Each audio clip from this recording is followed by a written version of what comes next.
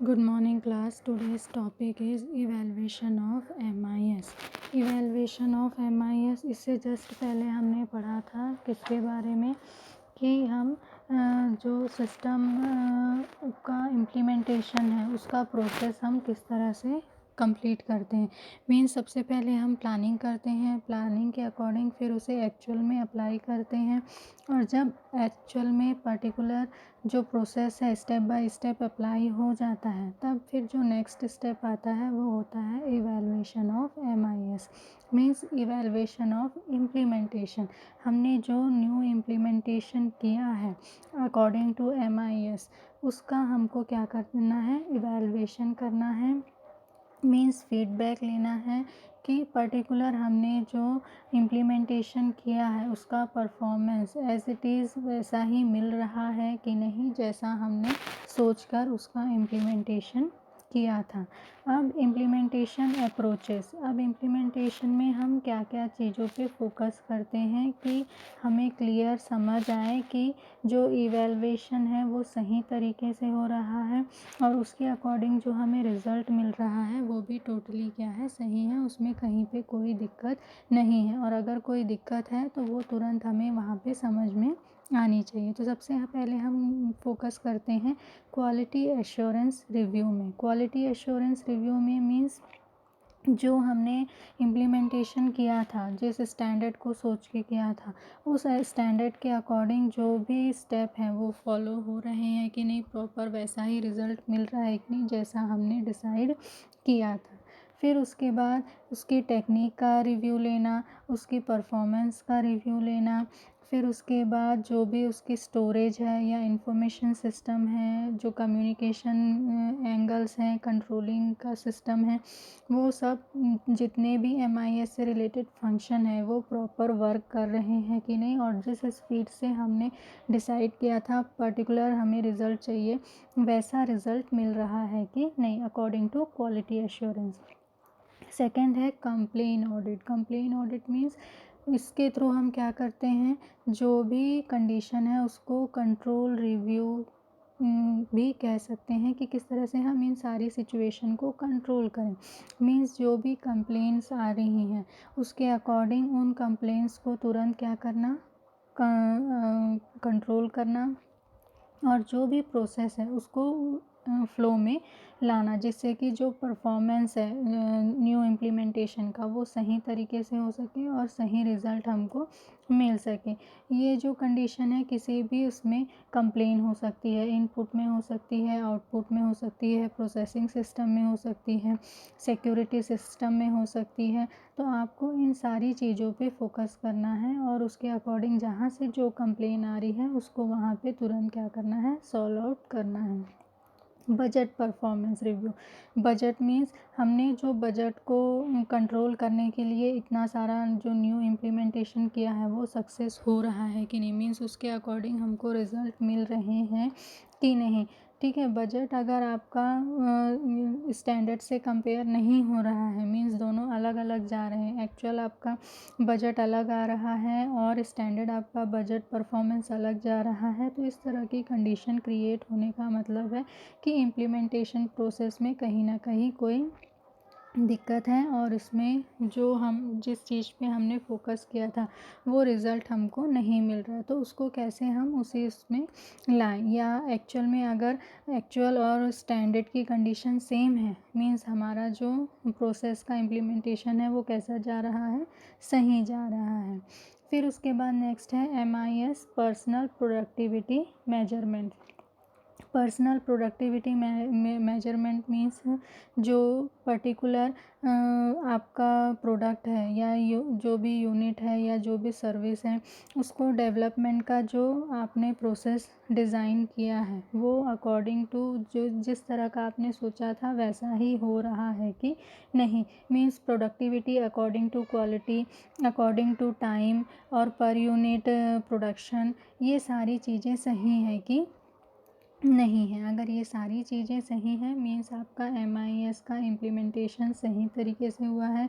जो भी आपने इम्प्लीमेंटेशन का प्रोसेस कंप्लीट किया है उसमें कहीं कोई दिक्कत नहीं है, और अगर आ रही है और आपको पता चलता है तो आपको उसको वहीं पे क्या करना है, सॉल्व करना है। Computer performance evaluation, computer performance means उससे रिलेटेड जितनी भी प्रॉब्लम है उसको भी क्या करना, प्रॉपर एनालिसिस करना, और जो भी प्रॉब्लम आ रही है उससे रिलेटेड मीन्स मान लो कम्युनिकेशन में या फिर जो भी जिस तरह की प्रॉब्लम आ रही है उसको वहीं पे शॉर्ट आउट करना। Service level monitoring, service level monitoring means जो भी सर्विसेज आपको इंक्रीज़ हुई हैं किसके थ्रू, न्यू इम्प्लीमेंटेशन के थ्रू, उस सर्विस का बेनिफिट आपको सही मिल रहा है कि नहीं, आप उसको सही तरीके से यूज़ कर पा रहे हैं कि नहीं। फॉर एग्ज़ाम्पल जिस सिस्टम को या सिस्टम में जो भी कोडिंग हुआ है, न्यू सॉफ्टवेयर हुआ है, वो किस तरह से आपके परफॉर्मेंस के अकॉर्डिंग रिएक्ट कर रहा है, आपको रिज़ल्ट कितनी जल्दी देता है या उसमें टाइम बहुत ज़्यादा लग रहा है। ये सारी चीज़ों का भी आप क्या करते हैं, इवैल्यूएशन करते हैं कि यूज़र के लिए वो फ्रेंडली है या नहीं। यूज़र एटीट्यूड सर्वे, फिर उसके बाद यूज़र के एटीट्यूड का सर्वे करना मीन्स यूज़र को ये जो न्यू सिस्टम है वो तो पूरी तरह से समझ आ रहा है कि नहीं, वो उसके लिए फ्रेंडली है कि नहीं, और वो सारी चीज़ों को एक्सेप्ट करके और अपने टाइम को कम कर पा रहा है कि नहीं, और क्वालिटी मेंटेन कर पा रहा है कि नहीं। क्योंकि हम न्यू इम्प्लीमेंटेशन जनरली किस लिए करते हैं, क्वालिटी को इंक्रीज़ करने के लिए और टाइमिंग को कम करने के लिए। अगर ये दो बेनिफिट हमको हमारे न्यू इम्प्लीमेंटेशन से नहीं मिलता तो इस तरह के न्यू इम्प्लीमेंटेशन का कोई भी मतलब नहीं है। तो यूज़र एटीट्यूड के थ्रू सर्वे करना कि पर्टिकुलर वो उससे सेटिस्फाई है कि नहीं है।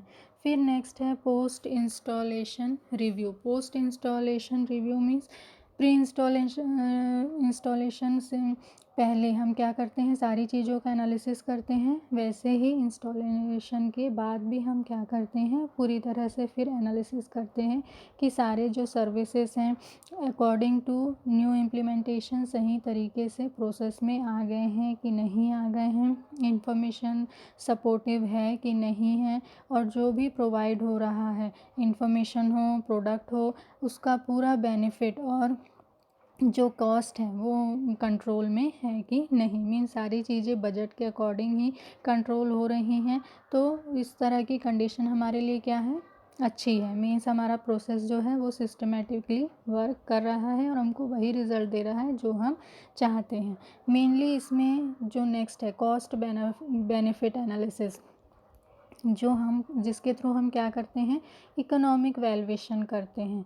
तो कॉस्ट बेनिफिट एनालिसिस के थ्रू हम आसानी से पता लगा सकते हैं कि इवैल्यूएशन ऑफ MIS मीन्स जो नया इम्प्लीमेंटेशन हुआ है उसका रिज़ल्ट हमें कितना पॉजिटिव मिल रहा है और कितना नेगेटिव मिल रहा है। मीन्स ये अगर ये हमारी इकोनॉमिक कंडीशन को सपोर्ट करता है मीन्स हमारे लिए ये बेस्ट है, और अगर ये हमारी इकोनॉमिक कंडीशन को सपोर्ट नहीं करता है मीन्स ये उतना सही तरीके से हमारे लिए प्रोसेस में नहीं आया है। तो इस तरह से इवैल्यूएशन के अलग अलग कंडीशन है जिसके थ्रू हम आसानी से पता लगा सकते हैं कि जो न्यू इम्प्लीमेंटेशन हुआ है उसका इवैल्यूएशन सही तरीके से हो रहा है कि नहीं। ये सब किसके अकॉर्डिंग था, इवैल्यूएशन अप्रोचेस के अकॉर्डिंग। अब इवैल्यूएशन क्लासेस, इवैल्यूएशन क्लासेस के अकॉर्डिंग हम इसको दो कंडीशन में बांटते हैं। फर्स्ट कंडीशन होती है इफ़ेक्टिवनेस और सेकंड कंडीशन होती है एफिशिएंसी।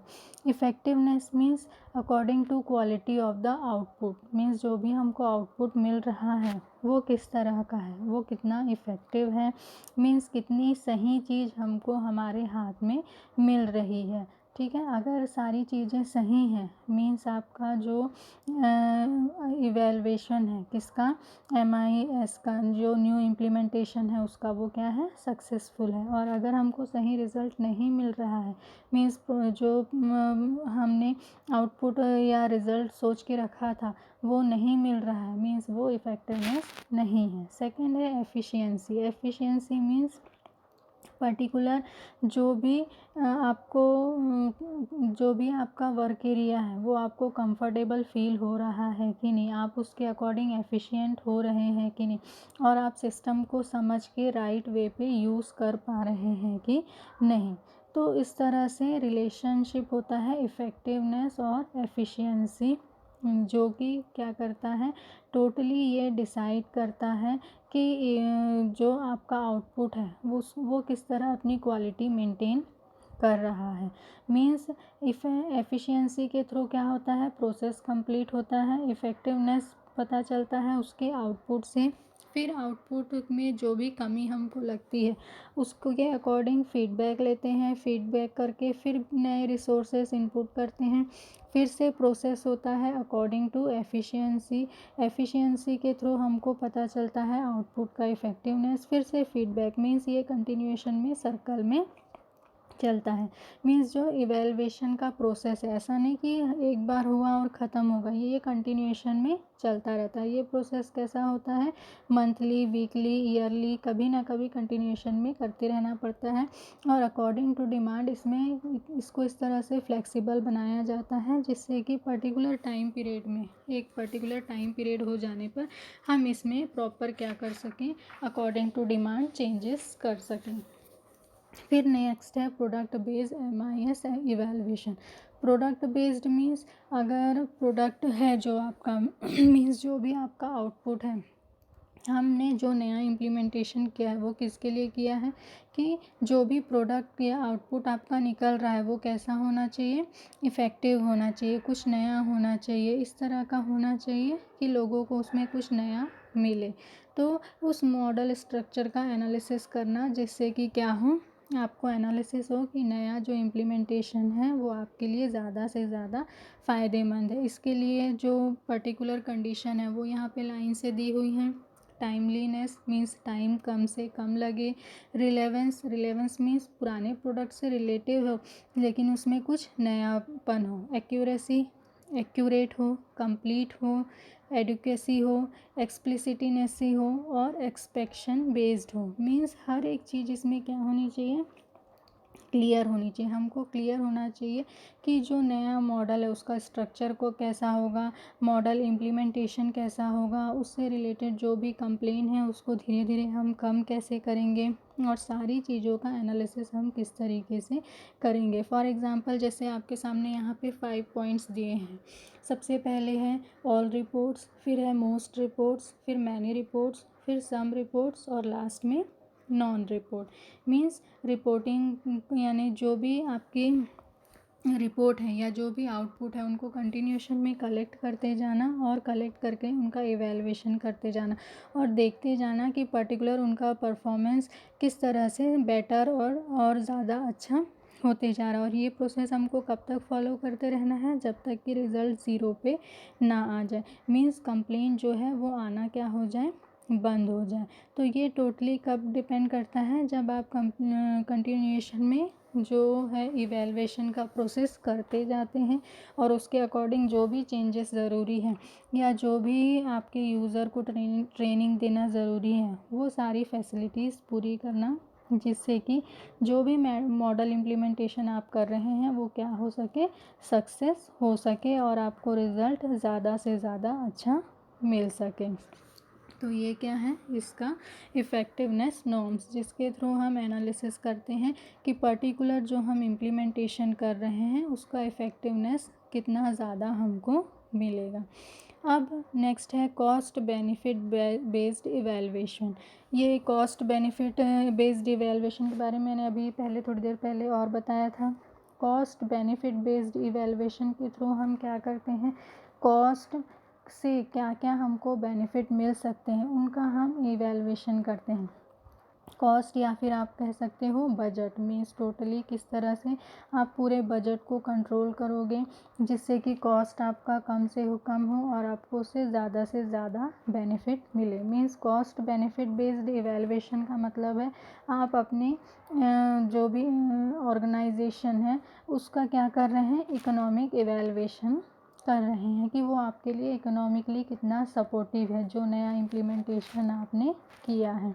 फिर इसके थ्रू हम क्या करते हैं, एनालिसिस करते हैं इनिशियल डेवलपमेंट कॉस्ट का, कैपिटल कॉस्ट का, एनुअल ऑपरेटिंग कॉस्ट का।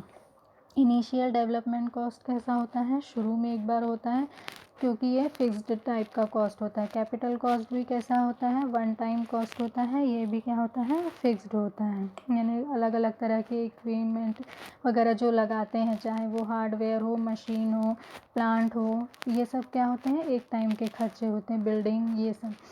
Annual operating cost means annual जो खर्चे होते हैं, अपने जो भी सिस्टम इम्प्लीमेंटेशन किया है उसको ऑपरेट करने के लिए साल में हर बार जो खर्चे होते हैं उसको हम किस में लाते हैं, एनुअल ऑपरेटिंग कॉस्ट में।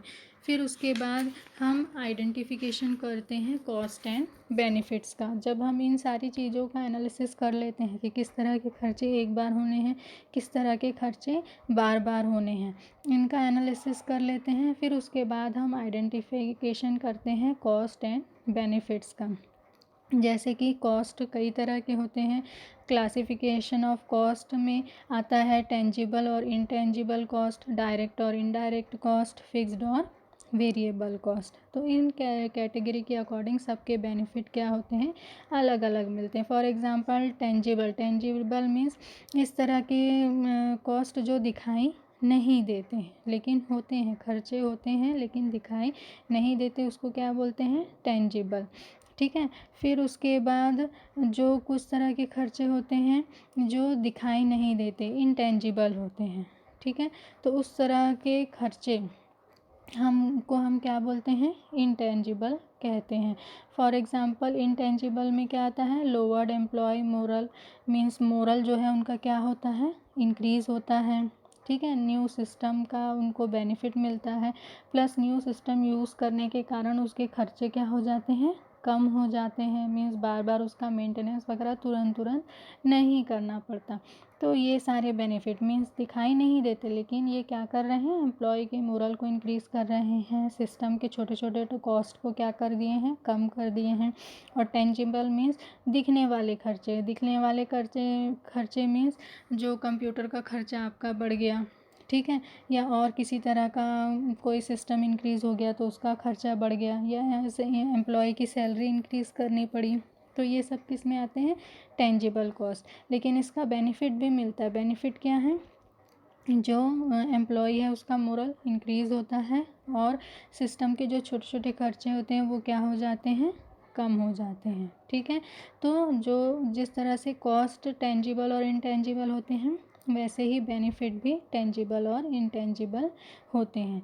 वैसे ही डायरेक्ट और इनडायरेक्ट कॉस्ट मीन्स जो सीधे पैसे में खर्चे होते हुए हमको दिखाई देते हैं। फॉर एग्जांपल रिबन हमने ख़रीदा 200 रुपीज़ का, तो ये सीधा आपको खर्चा दिख रहा है। मीन्स मशीन का रिबन ख़रीदा या बेल्ट ख़रीदा। ठीक है। तो इसको हम क्या बोलते हैं, डायरेक्ट कॉस्ट।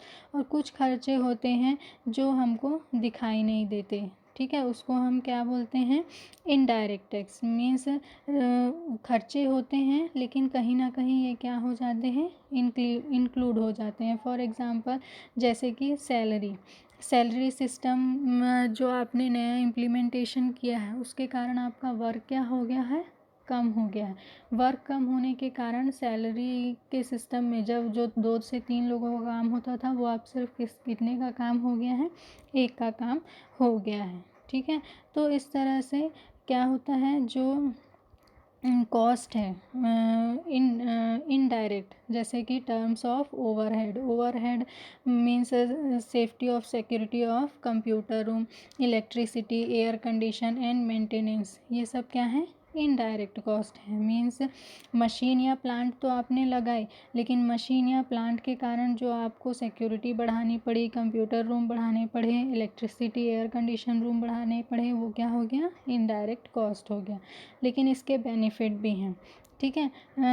इनडायरेक्ट बेनिफिट में आपको क्या मिलता है, फॉर एग्जांपल जैसे सैलरी क्या होती है, कम हो जाती। कंप्यूटर सिस्टम के आने के कारण वर्कलोड जो है मैन पावर का कम हो जाता है, तो हमको जहाँ पे 3 या 4 मैन पावर की ज़रूरत होती है वही काम आप कितने लोग कर लेते हैं, 1 या 2 लोग के थ्रू हो जाता है। इसी तरह कॉस्ट के 2 और पार्ट होते हैं, फिक्स्ड और वेरिएबल। फिक्स्ड का एग्जांपल क्या है, जो एक बार होता है बार बार नहीं होता है। जैसे पहले बताई, प्लांट मशीनरी एक बार लगते हैं फिर उसमें खर्चे नहीं होते। वेरिएबल मीन्स कंटिन्यूएशन में जो खर्चे होते हैं उसको हम क्या बोलते हैं, वेरिएबल कॉस्ट। ठीक है, तो इसके भी बेनिफिट होते हैं। फिक्स्ड कॉस्ट से क्या होता है कि हम प्रोडक्शन कैपेसिटी बढ़ाते जाते हैं फिर भी हमको फिक्स्ड कॉस्ट का खर्चा कम ही होता है, ज़्यादा नहीं होता। वेरिएबल कॉस्ट भी बढ़ता है लेकिन according to number of product उतना ये वेरिएबल कॉस्ट इंक्रीज़ नहीं होता। तो ये हमको इससे क्या मिलता है, बेनिफिट इसका मिलता है। तो इस तरह कॉस्ट एनालिसिस के थ्रू हम आसानी से पता चल जाता है कि कहाँ पे खर्चा हुआ और उसके हमको क्या क्या बेनिफिट मिले। अब यहाँ पे दिया है आपका MIS इवैल्यूएशन फॉर्म। यहाँ पे जितने पॉइंट दिए हैं हमने अभी पढ़ा, इसके थ्रू आप क्या कर सकते हो, आसानी से एनालिसिस कर सकते हो कि पर्टिकुलर ये जो MIS का इवैल्यूएशन है आप किस तरह से कर सकते हैं। इसके थ्रू आपको पता चल जाता है कि आपने जो नया इम्प्लीमेंटेशन किया है उसके अकॉर्डिंग रिज़ल्ट जो परसेंटेज में है वो आपको क्या मिल रहा है, और उसके अकॉर्डिंग आप डिसाइड कर सकते हैं कि आपका MIS इवैल्यूएशन जो है वो सही उसमें जा रहा है कि नहीं जा रहा है। नहीं जा रहा है तो आप उसे कैसे कंट्रोल करेंगे और सारे सिस्टम को कैसे किस तरह से रीअरेंज करेंगे कि आपको ज़्यादा से ज़्यादा सही रिज़ल्ट मिले। फिर इसके इवैल्यूएशन के और भी कई मेथड हैं, जैसे कि नेट